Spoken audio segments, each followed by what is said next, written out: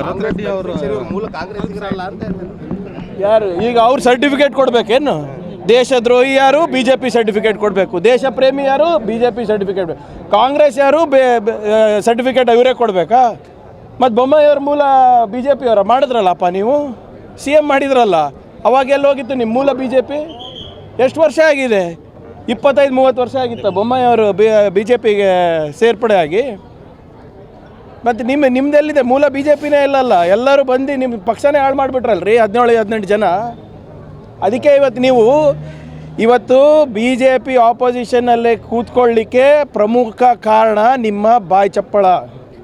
ಅದನ್ನು ಕೂಡ ನೆನ್ಪಿಟ್ಕೊಳ್ಳಿ. ಭರತ್ ರೆಡ್ಡಿ ಅವರ ರೇಡ್ ಆಗಿದೆ ನೋಡಿ, ನಾನು ಅವತ್ತೇ ಹೇಳಿದ್ದೀನಲ್ಲ, ಇವರೇ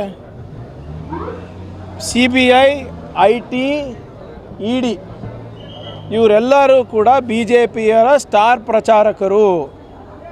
BJPಯವರು ನೇರವಾಗಿ ಚುನಾವಣೆ ಎದುರಿಸಲಿಕ್ಕೆ ಚಾನ್ಸೇ ಇಲ್ಲ. ಇಡೀ ದೇಶದಲ್ಲಿ ನೋಡಿ 99% ದಾಳಿಗಳು ನಡೆದಿರೋದು ವಿರೋಧ ಪಕ್ಷದ ಮೇಲೆ. ಇನ್ನೂ ಯಾವ ಕೇಸು ಸಾಬೀತು ಆಗಿಲ್ಲ. ಇನ್ನೂ DK ಶಿವಕುಮಾರ್ ಅವ್ರ ಕೇಸ್ ಇರ್ಬೋದು, ಬೇರೆ ಕೇಸ್ಗಳಿರ್ಬೋದು, ಯಾವ್ದು ಸಾಬೀತಾಗಿದೆ ಹೇಳಿ ಇಲ್ಲಿವರೆಗೂ?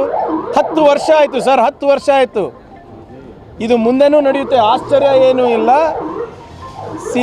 IT, ED ದಾಳಿಗಳಿಗೆ ಯಾರು ನಾವು ಬಗ್ಗವ್ರಲ್ಲ. ನಾವು ಹಿಂದೆನೂ ಬಗ್ಗಿಲ್ಲ. IT, ED ಹಣ ಬರಲಿ, 400 ಬಾರ್ ಆಗೋದಿಲ್ಲ, 400 ಕ್ರಾಸ್ ಆಗೋದಿಲ್ಲ.